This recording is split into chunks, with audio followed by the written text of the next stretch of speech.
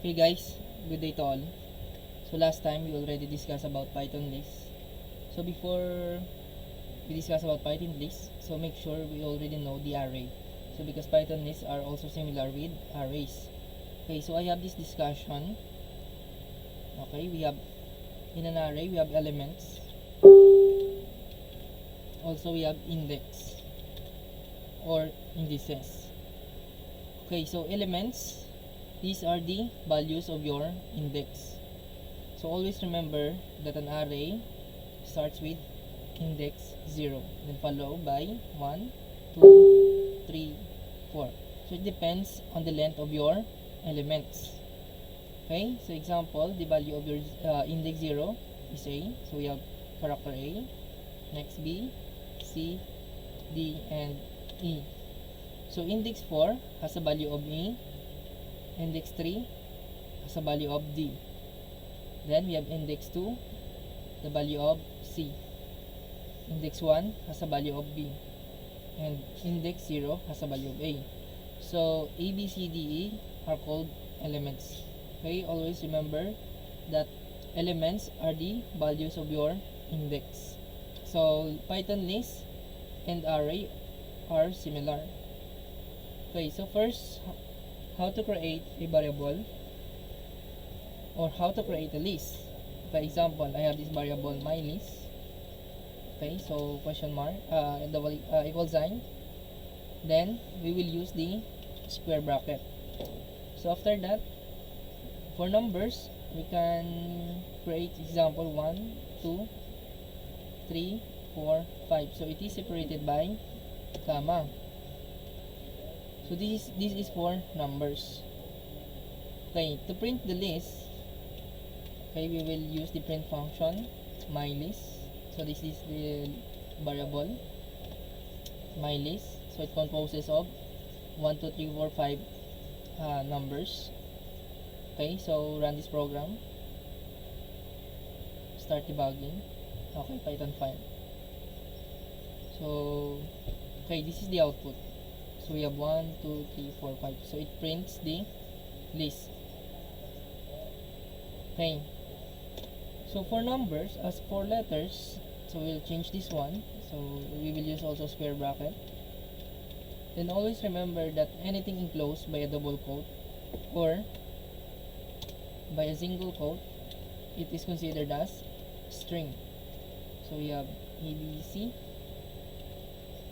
ABCD, EFG, ABCD, EF, then we have okay,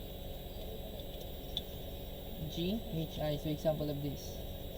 So we have the list of ABC, DEF, GHI. So what is the index 0? So this is the index 0, has a value of ABC. Okay, next, and index 1 we have DEF, index 2 GHI. So these called are elements. Okay, so to print, use print function, then mylist. So that's the variable. Then run the program. Okay, so we have this output ABC, DEF, GHI. Okay, I want you to try this one, so I have prepared the practice. Okay, practice number 1. So don't forget to screenshot this, then paste in your Word or PDF file, then show your answer below. Okay, so practice 1, create a program that's same with the example but different variable or values.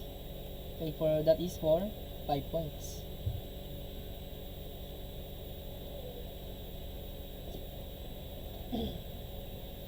Okay, next, in Python we allow duplicates.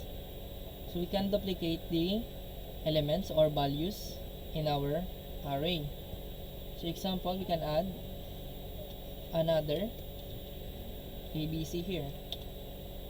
Also, okay, we have DEF. So duplication ABC DEF. So print the program. Okay, so ABC, still we have duplications. So in Python or in Python list, we allow duplication. Okay, for the practice 2,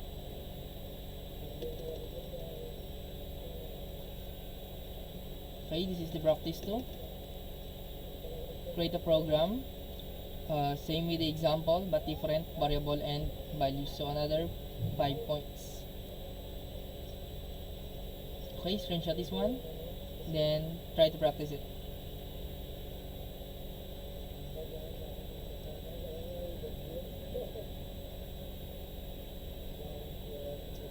Okay, so in Python, we will get the length. To determine how many items in a list, so we will use the len function. So we will check how many elements do we have. So that is the length of your list. So example, so we will count it manually. So this is 1, 2, 3, 4, 5. So what if there we have more elements in our list? So we will use the len function. So to use the len function, just simply add the len function here. So that is len open close parenthesis. So inside of that, you have the variable list. Okay, so to check, I think we have the output of length of 5. Okay, so we will add some text here. So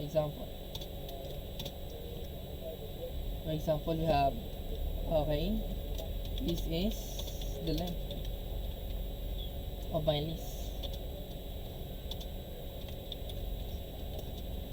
Okay, I think we have the problem with this from this program. So we will check what is that. So run the program. Okay, so error occurred. So exception. Okay, why we have this problem? Because we concatenate string, so this is a string, and a number. So as I said in our class, we cannot concatenate string and numbers. So we can only concatenate string to string. So if you have numbers added by numbers or concatenated by number, so that is the sum of that two numbers. Okay, because you are using the operation. But in a string, so string concatenated by a string must acceptable. So we need to change the len my list. Okay, so we will change this one into string. So how to do that? Just simply add str, then open close parenthesis. So make sure you have the correct syntax. Okay, run this program. Okay, so we have this output. This is the length of my list. Okay, we have 5, so that is correct. So this is 1, 2, 3, 4, 5. So index 0, index 1, index 2, index 3, index 4. Okay, so I already prepared your practice. Okay, this is now for number 3. Okay, for number 3 practice, create a program that the length of the list is 10. So you will create a variable list with the length of 10. Okay, then I will add this one, then print the length. Okay, screenshot this one, then try to practice it.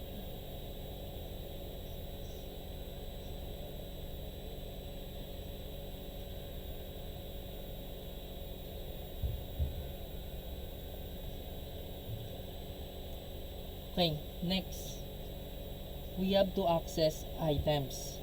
So in our list, so sige, okay, I will change this 1, 2, 3, 4, 5. Oh, sorry.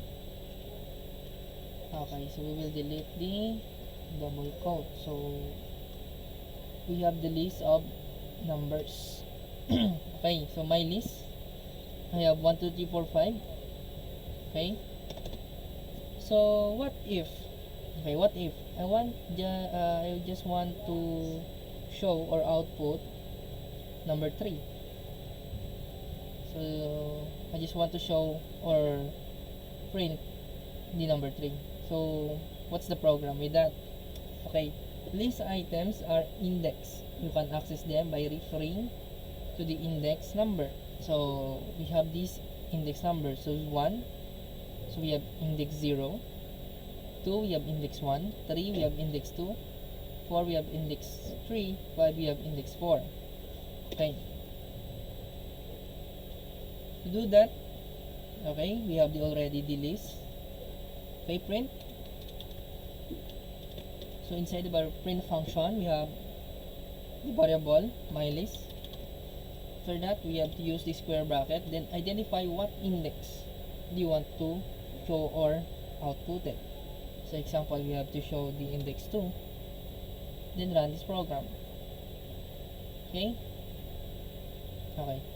so we show or display the value of 3 at index. Okay, what index? We have index 2. Okay,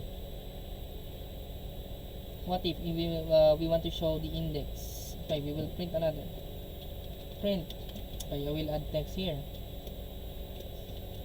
So this is the value of index, okay, 0.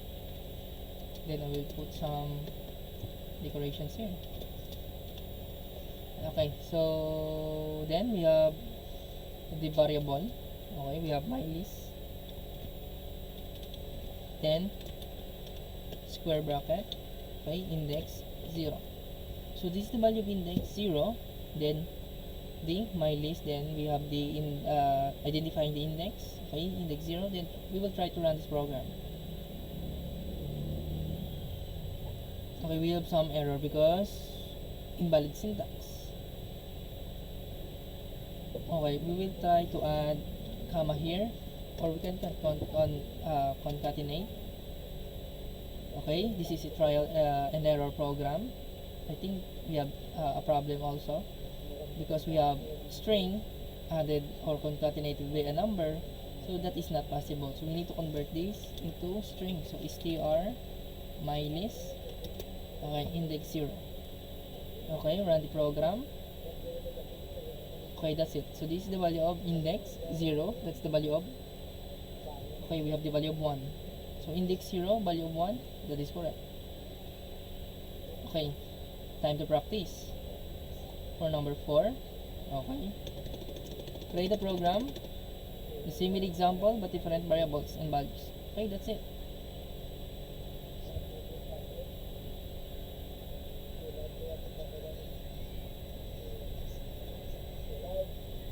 Okay, next topic. In Python, we have negative indexing. Okay, that is negative indexing. Sorry, wrong spelling. Okay, what is negative indexing? Means start from the end. So what's the end? That is the element 5. Okay, we have element 5. If we tell that we have to print negative 1, so we will start at the end of our element, so that is 5. If we said negative 2, we are referring to 4. If I say negative 3, so we are referring to the value of 3. So we will check how this program will work. Okay, print variable, okay, mylist. Then we will try first negative 1. If we try 0, okay, 0, that is the index 0, that is the value of 1. So we already discussed that earlier. Okay, if we tell negative 1, so as I said earlier, we will get the last number or value of our element. Okay, to run this program, click this one, then start the value. Okay, so we get the value of 5 because that is negative 1. So if you are using negative indexing, always remember that the last number or element in our list, that is the negative 1. So if you try negative 2, we are accessing the value of 4. Okay, so that is correct. Okay, time to practice. For practice number 5, create a program, the same with the example but different variable and values. If you have questions, if you have comments or suggestions, just comment below.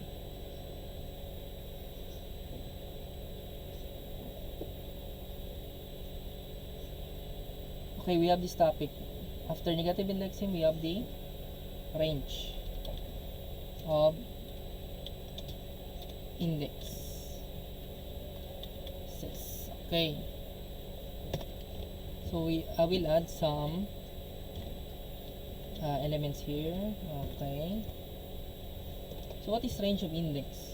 You can specify a range of index or indexes by specifying where to start and where to end. Okay, so example, we want to print index 0 to 3. So always remember that the last number or the range, you will deduct or use the negative -1 to get the exact index you want to call, or if you want to print. Okay, example of that, print. Okay,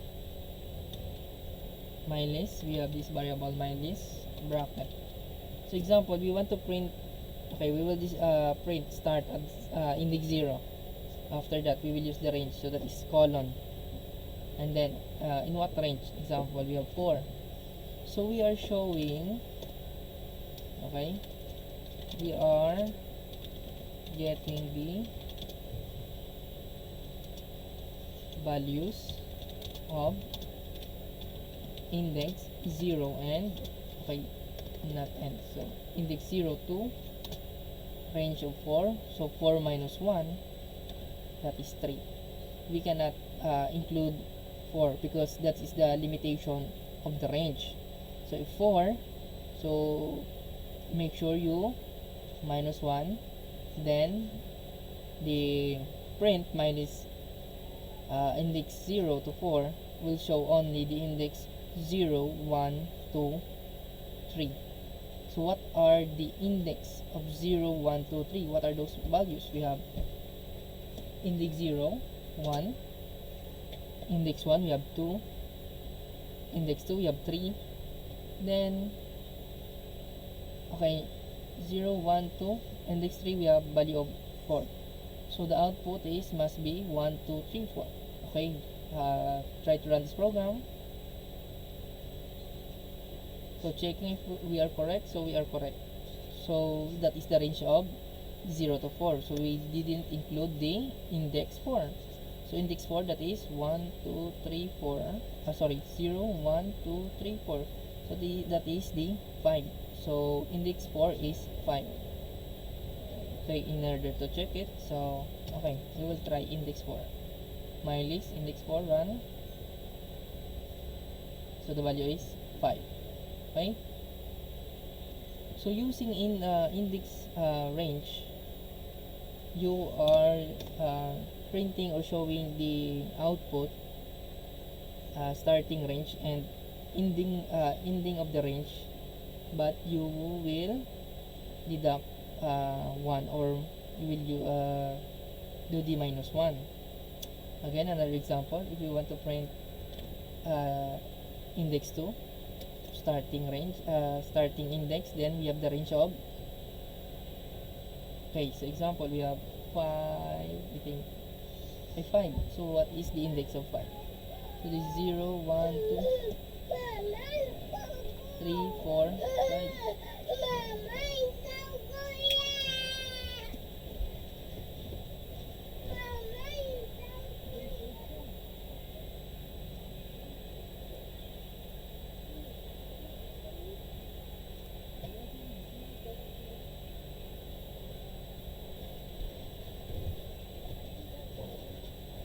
Okay, so starting index is 2, then range of 5, so 5 minus 1, that is index 4. So we will print the index 2 to range 4, so that is index 4. So what is index 2? We have 0, 1, 2, that is 3.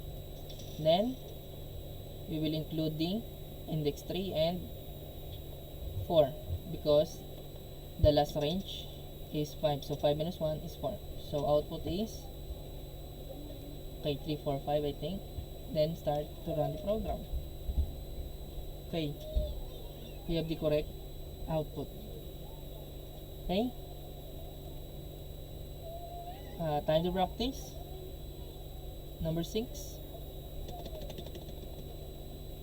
Okay, for number 6, create a list with a length of 10, then print index 3 to 7. Okay, that is 5 points.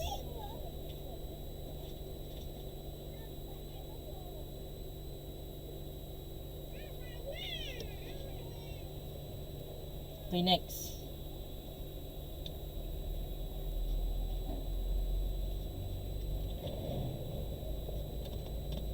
Okay, so in Python we can change the list items. So example 3, we need to change 3. So how can we do that?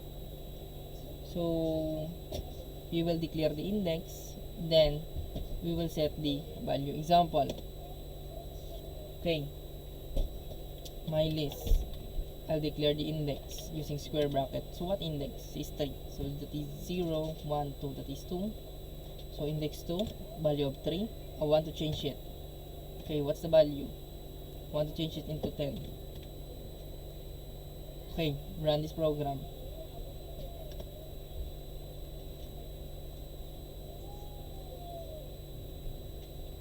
Sorry, I don't have the print function, so I didn't print the list. So print, okay, print my list. But still, we already changed the value of index 2 into 10. So run the program, start debugging. That's it. Okay, original list 1, 2, 3, 4, 5, 6, 7. Then the output is 1, 2, 10, 4, 5, 6, 7. So we change the index 2 into value of 10. So another example, if I change index 5, so what is index 5? So 0, 1, 2, 3, 4, 5, that is 6. I want to change the value of 6 into 88. Then print my list. Okay, run the program. Okay, so it works. 6 change into 88. Okay, again, practice number 7.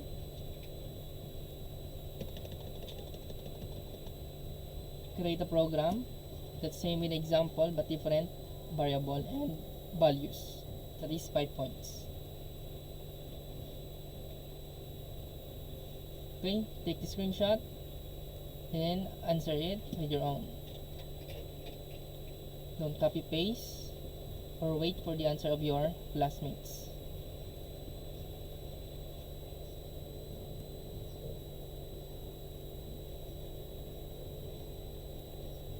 Okay, so that is single changing list. So what if we want to change a range? Example, index 0 to 3. We want to change the values from 0 to 3. So what's the program of that? Okay, we can call it a change range of item values.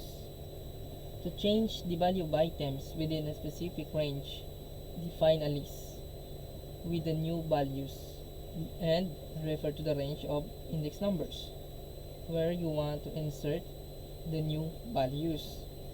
Okay, example, we have my list. Okay, what range do you want to change?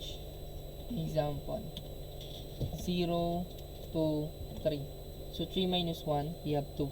So we will change the index 0, index 1, and index 2. So we will set their values. Okay, So from index 1, we will change, index 0, we will change into 10. Next, 33 for index 1, then index 2 is 44. Okay, so print. Okay, print. Okay, we will use the print function. We have mylist. Okay, run this program.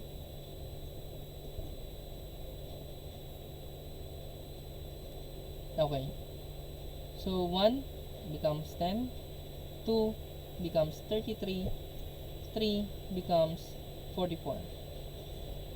Okay, so it's that's how you change multiple values in your elements using range.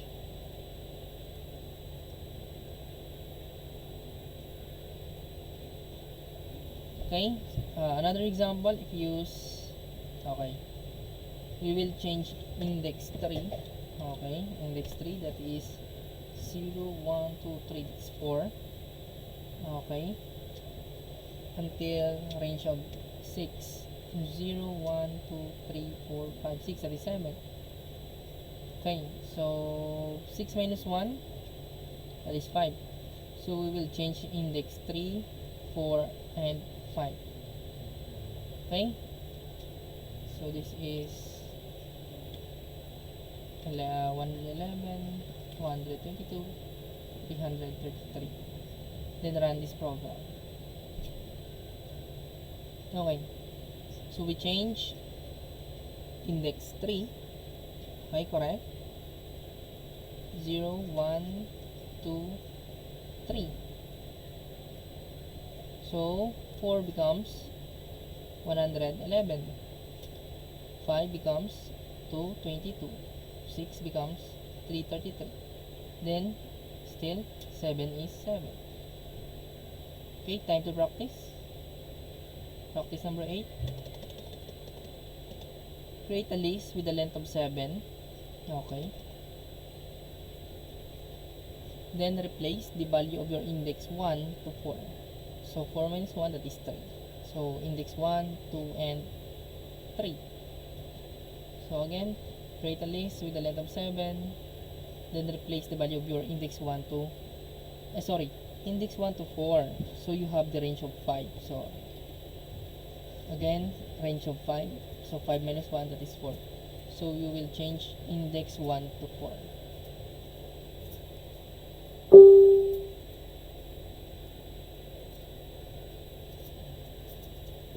Okay,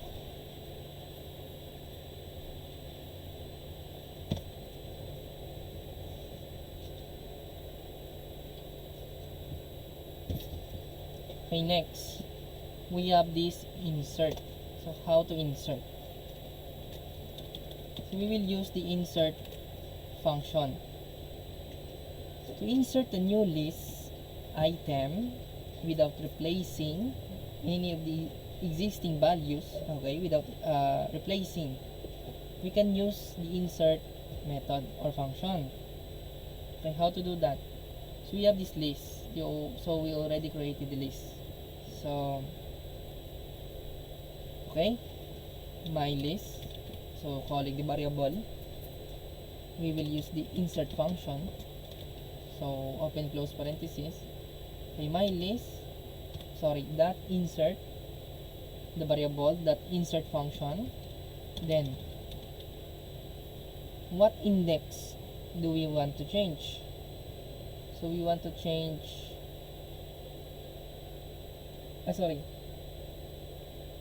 not to change but to add. So example, we will add at index 0. Okay, I will add 99. Then run this program. Print. Okay, print my list.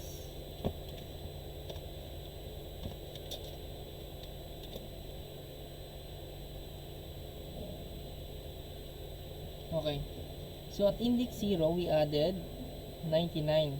That's why 1 was moved at index 1. Did you get it? Another example, we will add at index. Okay, so what's the last number? What in last number of our index is 1 2 3 4 5 6. Sorry, 0 1 2 3 4 5 6. So we will add at index 7.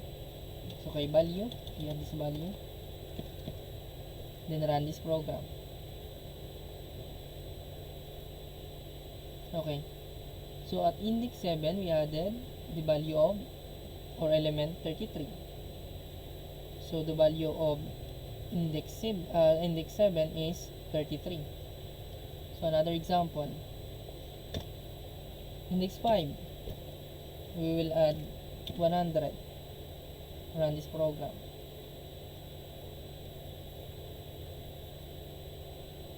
Okay, so we have this output. So index 5, that is 0 1 2 3 4 5. So the current, okay, from this list, the current index 5 with the value of 6. So 6 now was moved to index 6 because we added or insert index 5 with the value of 100. Okay? Okay, we will practice this one. So that is practice number 9. For practice number 9, create a list with a length of 5. Then insert a new element at the index 2. Again, element, these are your values of your index. Okay, it is 5 points.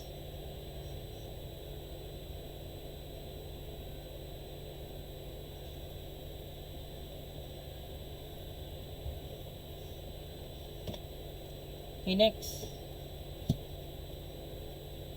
Again, aside from insert, we can use append.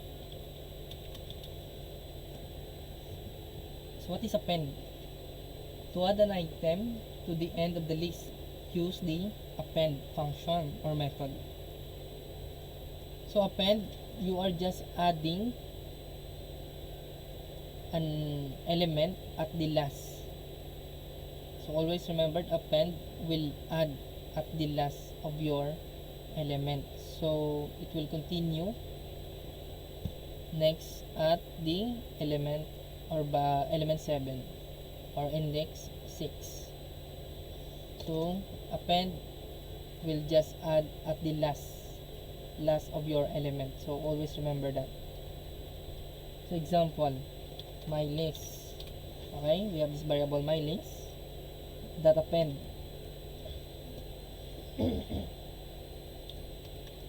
Okay.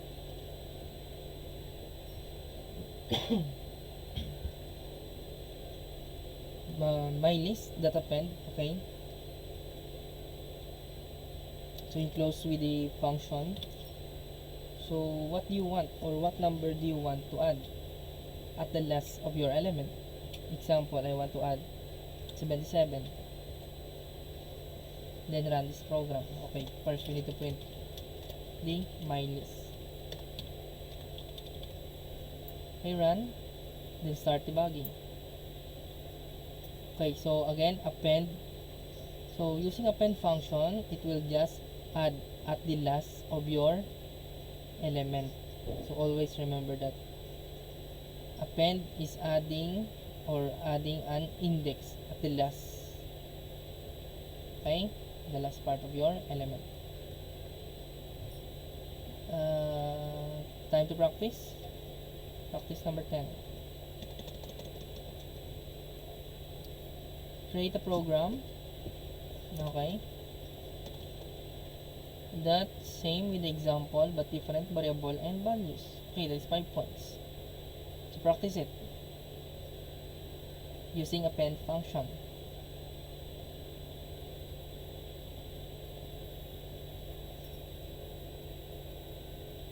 Okay, so in Python, we already discussed how to add. So using insert and append. So next, how can we remove or delete an item or an element in our list? Okay, we have the remove function. Okay, we have the remove function.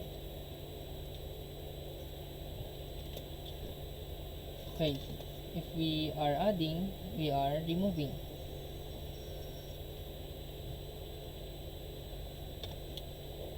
Okay, remove.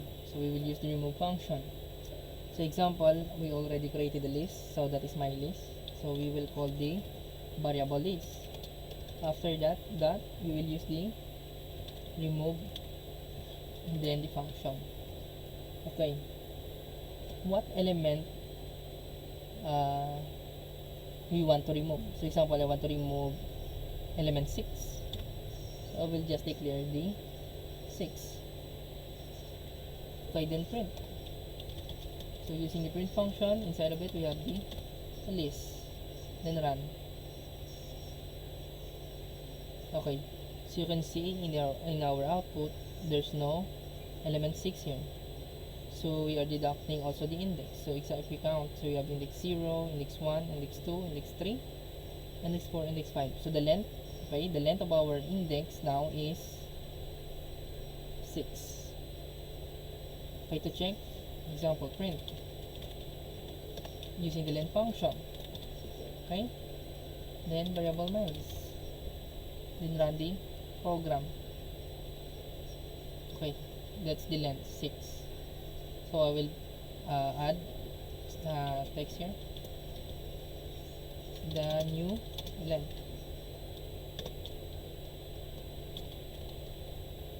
is, okay, so concatenation, then convert this into string because it is a number. Okay, then run this program.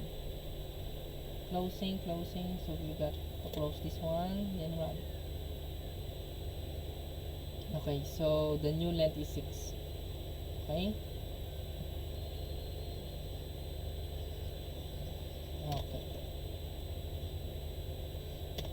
so example, if we want to remove element 3, okay, try to run this program, then 3 is deleted or removed from our list. Okay, so what if there's a question that we want to remove an element but the element was not in our list? So we will use the trial and error. So run this program, then start debugging. Okay, we have this error notification. Okay, exception has occurred, value error, list that removed, okay, is not in list. So that's it. So the notification telling us that this value or element is not included in our list. So we have getting the error. Okay, run. So 4 was removed. Okay, time to practice number 11. For number 11, practice, create a program that, okay, the same with the example but different variable and values. Okay, so try to create more variables than different values. Okay, if you have questions, just comment below. Okay, next.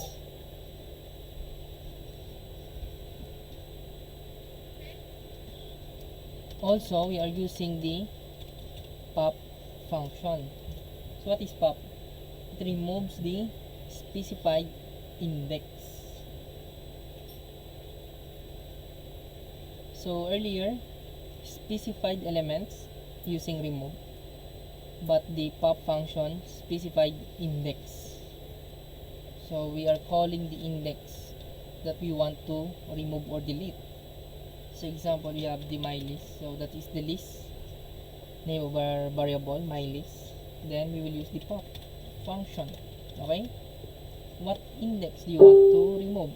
So example, we have index 0, so that is 1, so we want to remove 1, then print using print function. Okay, then the variable mylist, run the program. Okay, so we deleted or removed the index 0. Earlier, using remove, we are removing the element. Now, using pop, we are removing the index. Okay, so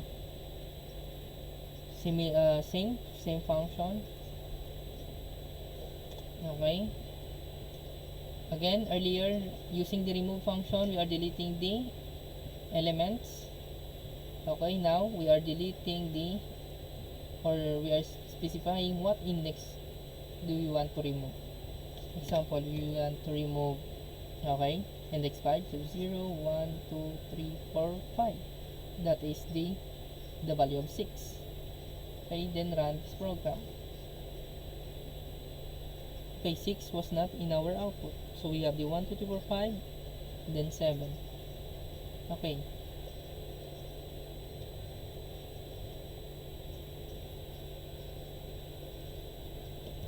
we have this question. If we don't specify what index, okay, that we want to remove, so we will use the trial and error. So run this program. Okay, based on the explanation, if you do not specify the index using the pop function, the last item, okay, the last item or elements, okay, that will be removed.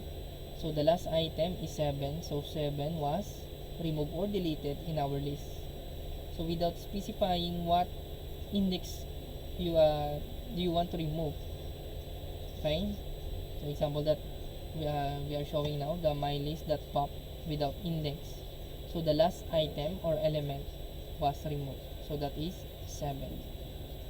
Okay, so practice number 12. Okay, practice number 12. Create a list with the length of 7, then remove index 6.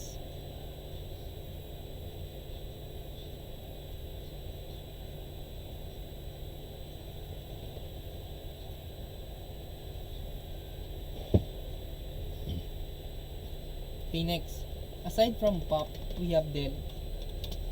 We have del function. Okay, the del keyword also removes the specified index. Okay, example, del, okay, then the variable mylist. Okay, what index? Example, index 2. Then print. Okay, print function, we have mylist. So del and pop, okay, has the same function, or call this or working, or things to work. Then try to run this program.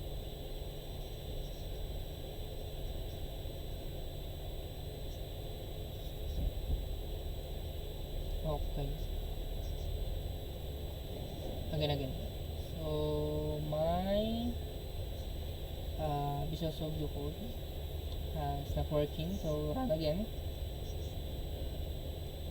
Okay, we have this output 1, 2, 4, 5, 6, 7. So index 2, so 0, 1, 2, that is the value of 3. So using the L function, okay, also you are specifying what index, so same function with pop. Okay, so that is practice number 13. Practice number 13, create a program, the same with the example, but different variable and values. Okay, screenshot this one, then practice it using del function. Okay, del, so delete mylist, what index, so this is the variable, what index you want to delete, then print the variable. Okay, we have the variable mylist.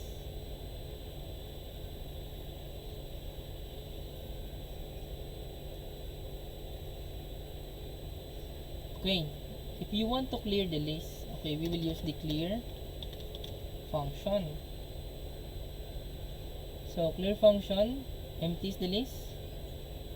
Okay, the list still remains, but it has no content. So okay, we will try it. Clear. So variable mylist, okay, dot clear. Then print, okay, mylist. So it will deleted all elements, but the list is still there, but has no elements inside. Then try to run this program. Okay, we have the square bracket. So we have no elements or index inside of our list, but we have the list. Okay, using clear, we are not deleting the variable but the elements inside or the index inside of our list. Okay, that's it. Practice number 14. Okay, create a program that's same with example but different variable and values. Okay, that is practice number 14. Okay, next. Okay, we have loops in Python list. So we are now in looping. Okay, you can loop through the list items by using a for loop. So we will use the for loop.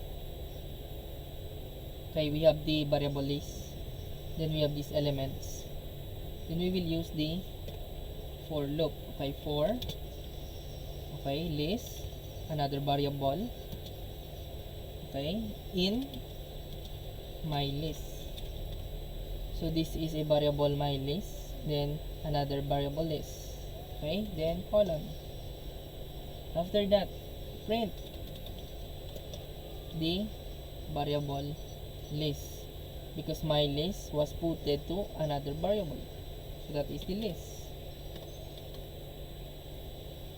Then run this program. Okay, we have this output. So 1, okay, 1, 2, 3, 4, 5, 6, 7. So we printed all the elements inside of our list using for loop. So this is the structure. Okay, my list, this is the list of a variable list that we created, then another variable. Okay, practice number 15. For practice number 15, create a program the same with the example but different variable and values.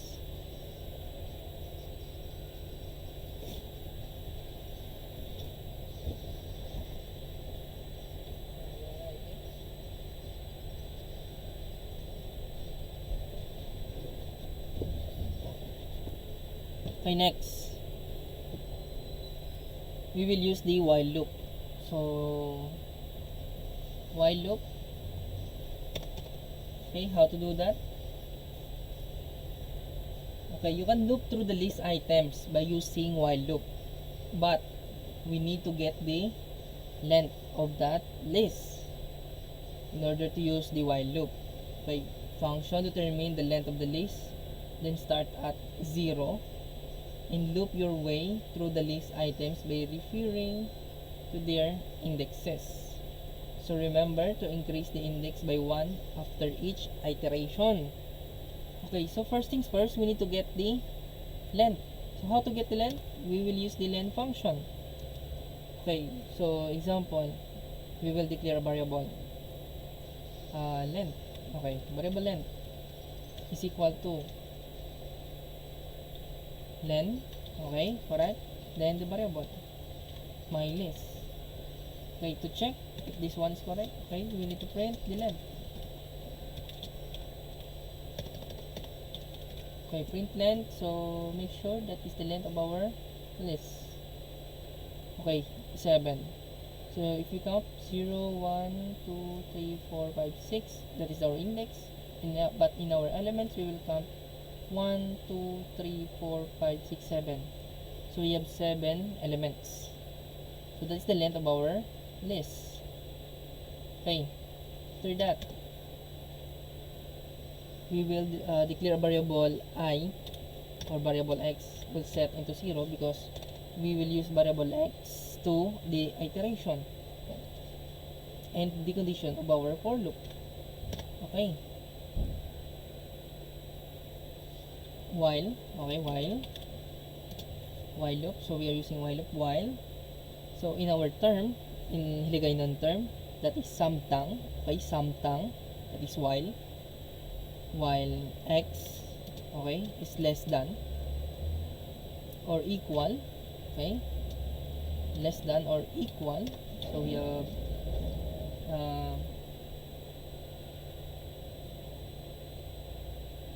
operators here. Then so samtang x is less than or equal to the length, okay, that is 7, right?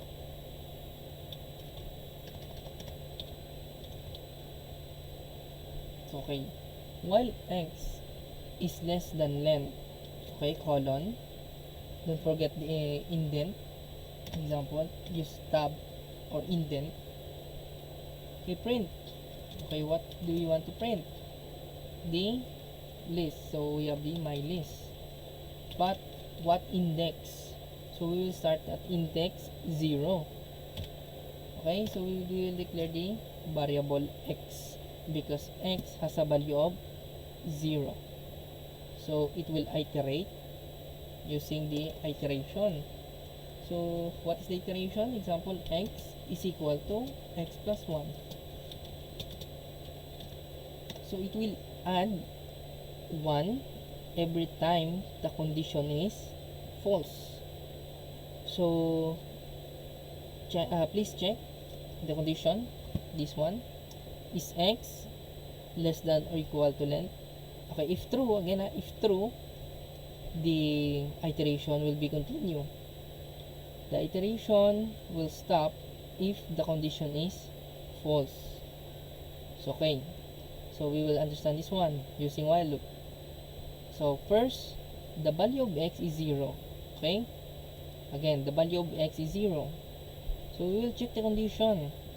Is x or 0 less than or equal to length? So length is 7, right? So that's the length of our list. So is it true that x is less than or equal to 0, equal to 7? Yes, because 0 is less than to 7. So it will print my list. So my list, so x has a value of 0, so that is index 0. We are referring to index 0. So what is index 0? That is the value of 1. Next, x, that is 0 added by 1. So now the value of x becomes 1. Okay, right now we have the x is equal to 1 because we iterated the variable x. Again, we will stop the iteration if we get the wrong or false condition. So now we will check again. The value of x is 1 because we already added that the value of x earlier is 0 added by 1 becomes 1. Now the value of x is 1. Is x less than or equal to length? So I think the condition is still true because 1 is less than 7. Then x or index 1, that's the value of 2. So on and so forth. So we will try to run this program. Okay, error occurred, but we already print the exact output. Okay, so we'll check what what error. We have the line 13 in. Okay, I think the spacing. Okay, again, try to run this program. Okay, start debugging. Okay, out of range. List of index is out of range. Oh, so what if we will use less than only? Okay, so while x is less than length, say, okay, run this program. Okay, so that's it. We have the correct output. So we will change the condition or the operator that we will use the less than only, because the program notifies us that we exceed the length. Okay, we exceed the length because I think after x becomes 7 plus 1 becomes 8, so the condition becomes false, so the length is not acceptable. Okay, try to practice this one. Okay, that is practice number 16.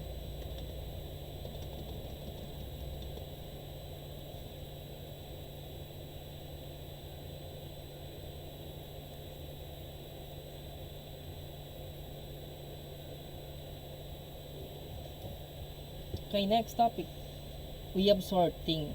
So we have, if we have loop, we have sorting. Okay, sorting. How to sort? So if I scramble this one, example, I have this 4, 44, 56, 97. So we need to sort. Okay, for example, I have this 101, 4, 3, 44, 5, 56, 97. So I have this list or elements inside my list. Okay, how to sort? Okay, list objects have sort or sort function that will sort the list alphanumerically ascending by default. So alphanumeric, so we will start at 0, 1, 2, 3, 4, so on and so forth. If we have using string, so it will sorted by ABCD. So example, we'll create another list. So my list, this is new list. Okay.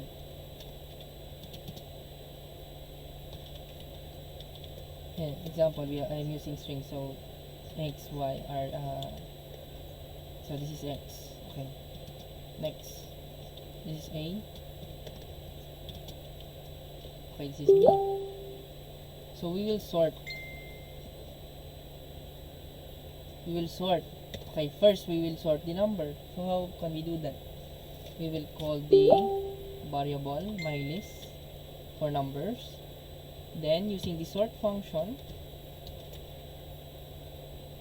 Okay, that's it. Then print function, we have the mylist. So we are declaring that mylist will be sorted ascending or alphanumeric. Print mylist. Run the program. So 3, 4, 5, 44, 56, 97, 101. So the list or the elements inside of our list was sorted. Okay, from alphanumeric, from smallest to biggest. Then next we have the letters or characters. So how can we sort that? So new list. Okay, that sort function. Then print. Okay, print function. New list. Then run this program. Okay, so we have A, B, X. So it was sorted ascending. So based in our alphabets. So A, B, then X. Okay, if you have questions, just comment below. If you like this video, please like and subscribe. Okay, thank you so much. For practice number 17, 10 points. Create a list with the length of 5. Then print the sorted list. Then pop index 0 to the sorted list. Then print the remaining list. Okay guys, so this is something tricky questions or problem. So first, you need to create a list with a length of 5. Okay, understand that. Then print the sorted list using the sort function. Then pop So what is pop? That is the removing or deleting of our specified index. Then sort it again. Then Then print the remaining list. Okay? That is 10 points.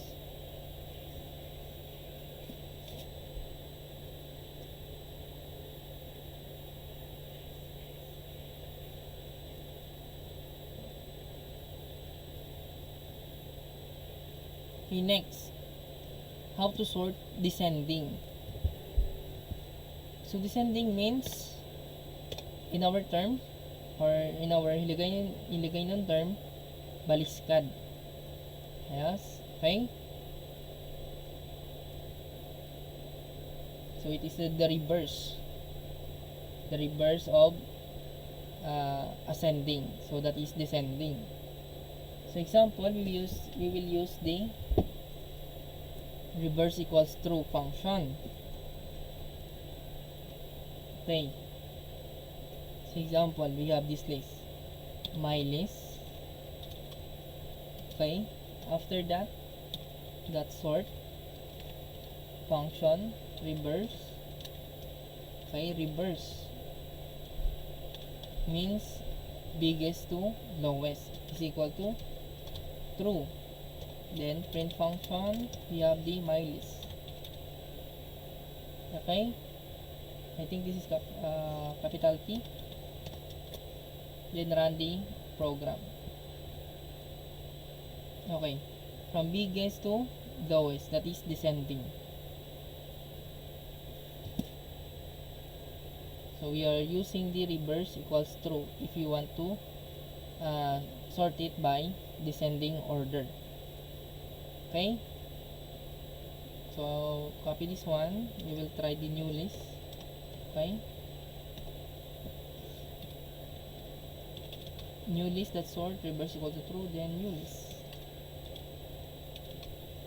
Run. Okay, so XBA, so it is correct, the output is correct. So it was sorted by descending order and biggest to lowest. Okay, problem number 18. Problem number 18, create a list with the length of 5. Okay, and then print the unsorted list. Okay, print the unsorted list using the reverse, then pop index 1 to the unsorted list, then print the remaining list. So I think this practice number 18 is related to number 17. Okay, next,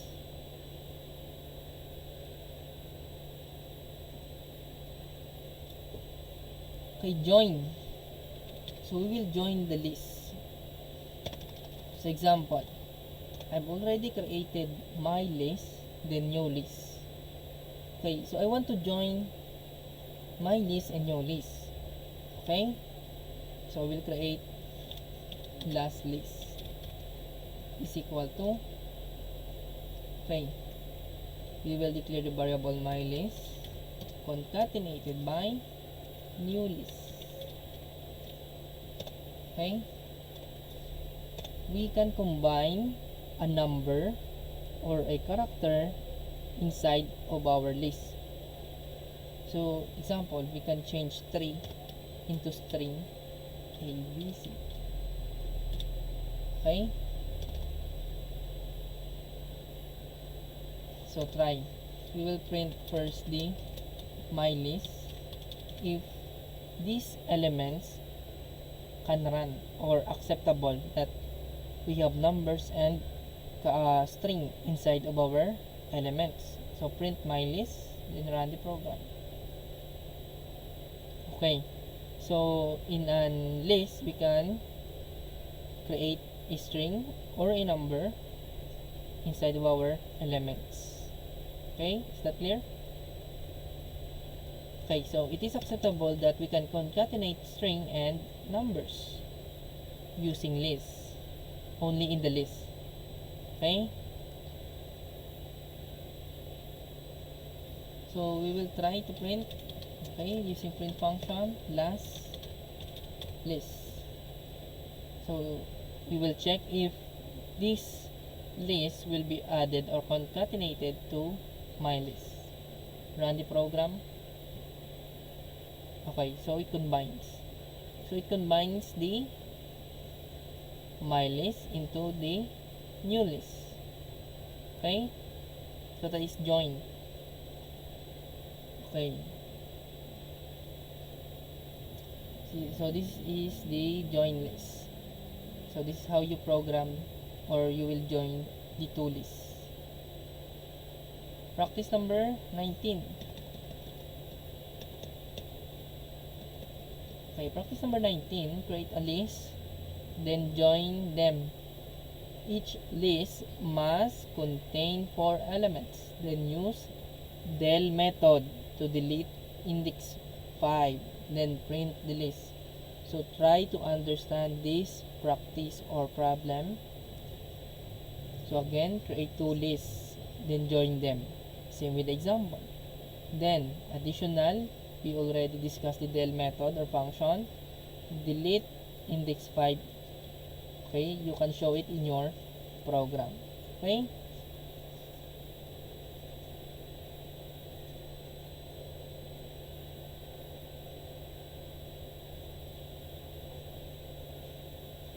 the last but not the least, okay, we will interact with the user. So in our terms, user interaction. Okay, so we have the involvement of the user. So who are the users? You are the one who are using it. So the computer will ask you, then the user will input based or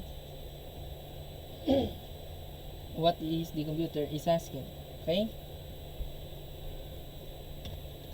okay, first we will ask the user the length. Okay, the length of the elements. Okay, so ask the user using, okay, you can use int or string, so it's up to you. So example, int. Okay, int input. Okay, we are asking the user, so int input, what is the length of your elements? So ask the user, what is the length of your elements? Okay, so example, we run this program. Okay, we have this output. What is the length of your elements? Example 5. So nothing happens if we enter the next program. We will declare the list. Okay, list. We will declare the empty list. So our list is empty.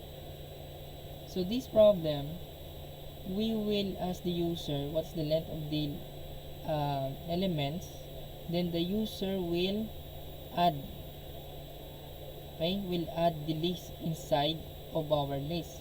So the name of our variable is list. So as you can see, we declare that our list is empty.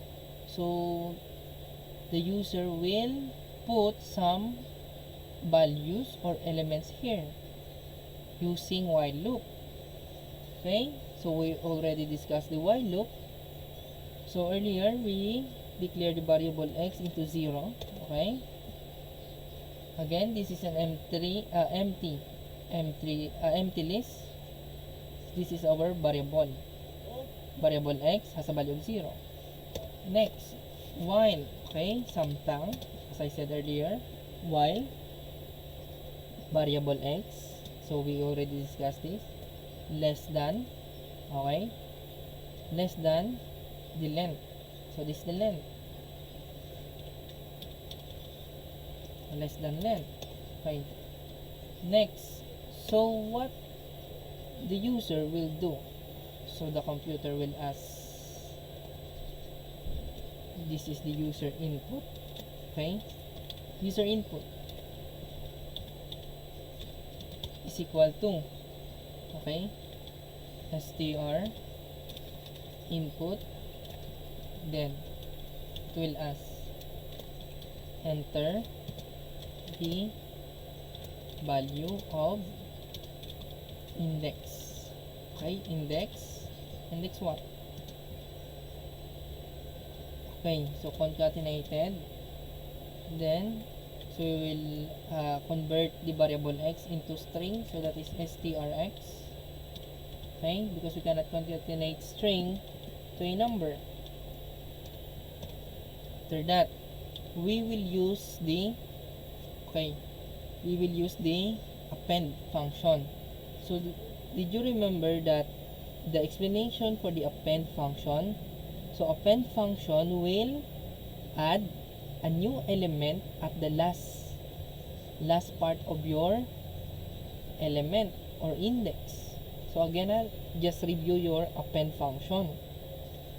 So as I said earlier, append function, it will add the last element. So okay, we will declare the variable list, so that is our list, right? That's the variable that append, so adding the last to the last part of your index or part of your element.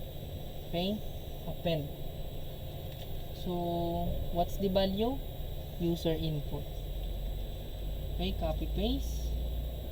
Then as earlier we already discussed the while loop, we have the incrementation. So we will declare x is equal to x plus 1.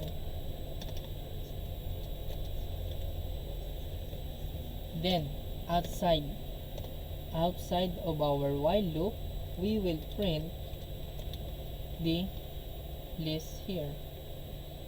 As you can see, we are not inside of our while loop, so we are outside.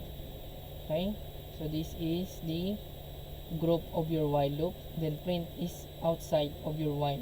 So the list is also outside, or we can call it global. So this is global, this is local. User input is local.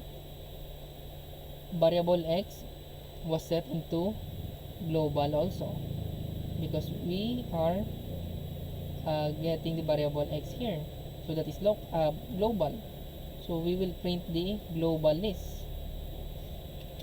So list, okay, print list. Okay, wrong.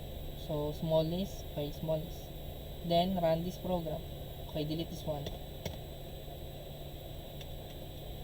So we have the length, okay, asking the length of the elements. We already declared the empty list. We declared the iteration or the variable na x. Then we have this while loop condition. Okay, sometimes x is less than length. Then we have the user input. This is local. List that append, we have the append function that will add the value at the last part of your element. Then the iteration. Then we print the list. That's it. Run. So okay, we have the user interaction here. What is the length of your elements? Okay, as a user example, I can give 3. Okay, enter the value of index 0. Example, this is James. Enter the value of index 1. This is Carl. Enter the value of index 2. This is Tony. So I created my list using user interaction or user input, right? James, Carl, Tony. Did you get it? Okay, so to make things easy or user friendly, I will add another concatenation here. Double quote, colon, space. Okay? Okay, run. So what's the length of your elements? Example, I have 5. So enter the value of index 0. Okay, again, this is Nair, this is Tony, this is Doc, this is Arms, and Luna. Okay, so I have the list: Nair, Tony, Doc, Arms, and Donna. Okay, if you have questions or clarifications, just comment below. Okay, problem or okay, we have practice number 10. Okay, again, for practice number 19, that is 10 points. Practice number 20, that is 10 points also. Create a program, the same with the example, but different variable and values. So, again, user input, as the user, the length of the elements, declare the list, declare the variable, to iterate, using while loop, use the append function. Okay, I know you already know how to use this user input string, so converted number to string. Okay, iteration, then print the list. So okay, practice this one, you will enjoy it. Okay, if you have questions, clarifications, just ask me or comment below. Thank you so much.